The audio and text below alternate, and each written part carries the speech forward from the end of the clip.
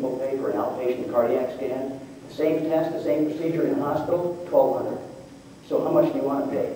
$400 or $1,200? Okay, the follow-up is, would you be willing to support the solvency of Medicare with any of these measures? Pay a premium for Medicare Part A benefits, pay higher co-payments, or increase the Medicare payroll tax? Well, I'm convinced we can find nearly $1 trillion of waste within the Medicare system, so you don't have to, when you add a co-payment to a service, a diagnostic test, people don't come in, they push back. But the most cost-effective way of moving forward is what we already have in the law, and that is to look at the cost-effectiveness studies, the outcome studies. So we're not going to be paying for things that simply don't work. Mr. Ribble, final thoughts on this topic? Sure. My entire adult life, I've heard the talk from Washington about getting rid of waste, both in federal spending and Medicare. It's been going on forever. President Obama said there were $500 billion of waste in Medicare, yet here we are 2 years later still talking about waste. And waste is there, we have to go get at it. And on Big Pharma, we need to look at pharmaceuticals, and maybe the idea is how can we drive pharmaceutical costs down through extending patent lives by a year or 2 years. Maybe encourage them to bring some of the manufacturing here in the U.S. Congressman Kagan, your final thoughts. Well, look, we can root out and eliminate the wasteful spending in Medicare. It's 44,000 pages. Reed would join me in agreeing that it's far too much regulation. But we also did something else in the new law. We're moving away from payment for the volume and the number of tests you're doing back to value. So it's the value of the outcomes of what you're doing that's going to be rewarded in our new system. That's the second Institute of Medicine study that will be initiated. So we're taking positive action to root out and eliminate all waste, fraud, and abuse within the Medicare system. We now turn to Mike Hemeter, who will ask a question of Congressman Kagan. Congressman Kagan, poorly educated students or high dropout rates in one geographic region of the country can be a detriment to a vibrant economy for the entire nation. Please explain why you do or do not believe that the federal government should ensure that every American receives a quality education. Well, history has proven one thing for certain. Any successful economy has been successful because they invested heavily in the education of their children and of workers who've been displaced through no fault of their own. So we have to invest heavily in the education of our children. Being a physician, I favor educating children and making certain we do that from birth until age 5. Early education matters. It begins to form the human mind, how it's going to accept new information. So we have to make sure we have educators that are talented and well compensated. We have to have a talented educator, teacher, in every classroom. We have to cap class sizes to make sure that we don't have too many students for every teacher. I mean, it punishes people to have too many students. It's less effective than it should be. Aside from that, we have to invest fully in our educational system with federal standards. You know what's going to happen in Alabama and Mississippi if they don't have any federal regulations. What I'm opposed to is this idea of teaching to a test, like the No Child Left Behind, No Student Left Behind. I'm opposed to the idea of the federal government creating a standardized test that doesn't even measure what it's supposed to measure. So what we need now is effective investments in education. I've done something else, though. This is not an idea. This is something I've done. I've lowered the cost of higher education by $6 billion a year by passing a law and having the president sign it that would provide direct lending to students. No longer do they have to go to Wall Street banks to pay more for their higher education. So we have to lower the cost of higher education. We have to guarantee there's an educator that's talented and well compensated in every class with as few students there as possible. Then the follow-up, Congressman Kagan, why do you support or oppose vouchers? I'm not totally opposed to vouchers. I don't like the idea of privatization of our school system. I went to public schools my entire lifetime. I went to Franklin Elementary School not too far from here, then to Roosevelt, then Appleton High School, then Appleton East. And from there I went on to University of Wisconsin-Madison, a public institution, then to Northwestern. So I believe in public education. I don't think we should damage it. It's really the elevator. It's what can lift children out of poverty into the middle class. So without that investment in public education, the next generation of our children doesn't stand a chance. Mr. Ribble, again, the initial question, please explain why you do or do not believe that the federal government should ensure that every American receives a quality education. I think that every American should receive a quality education.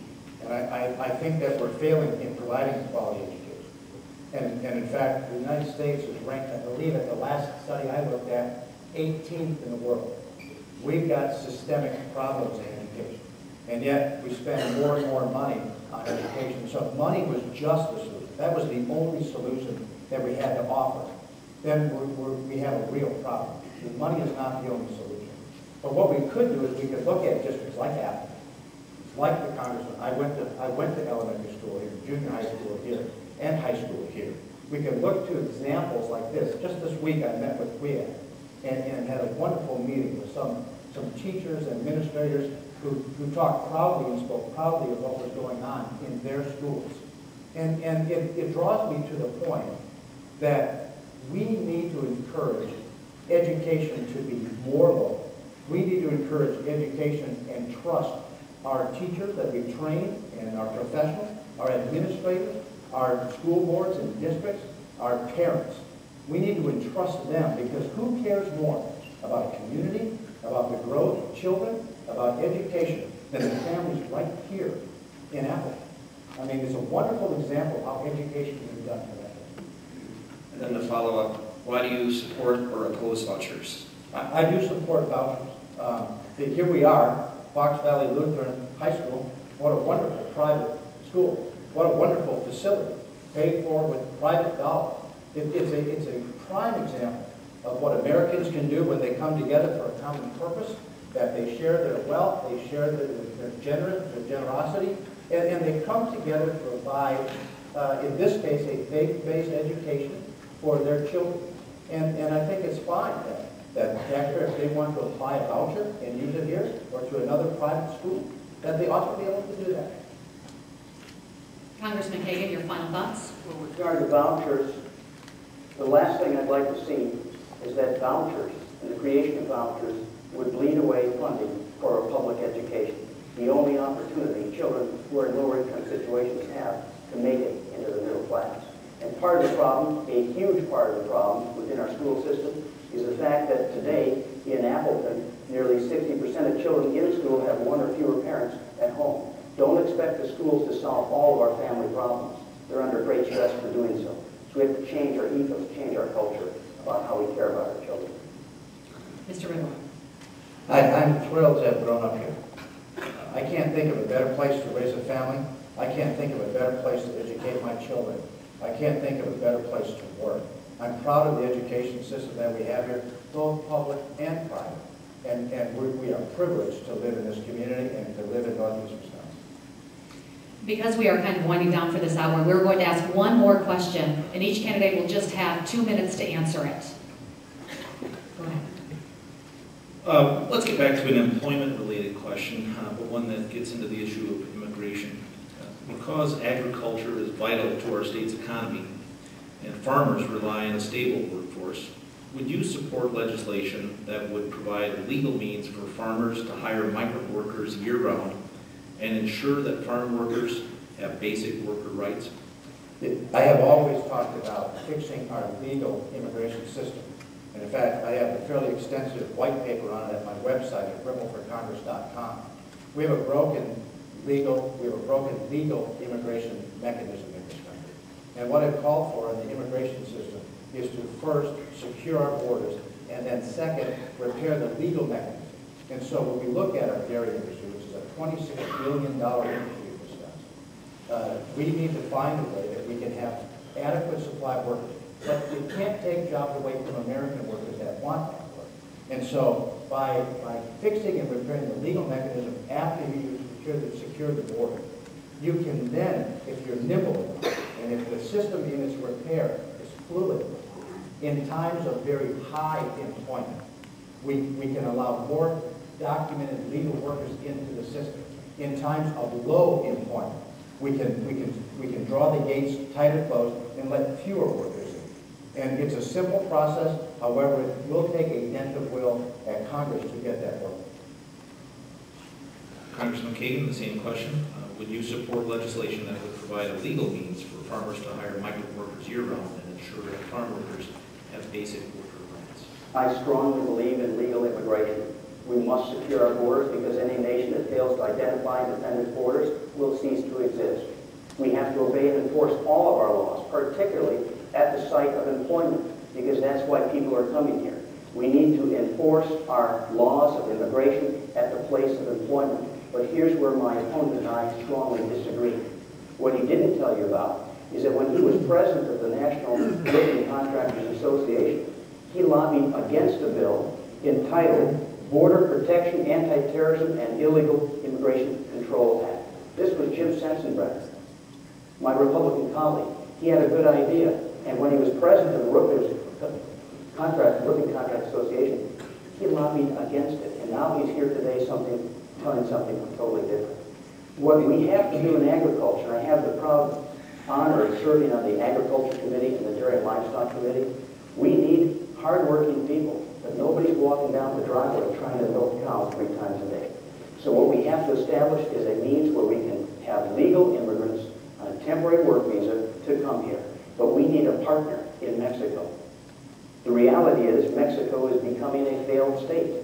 Over 24,000 people were murdered near the border just last year.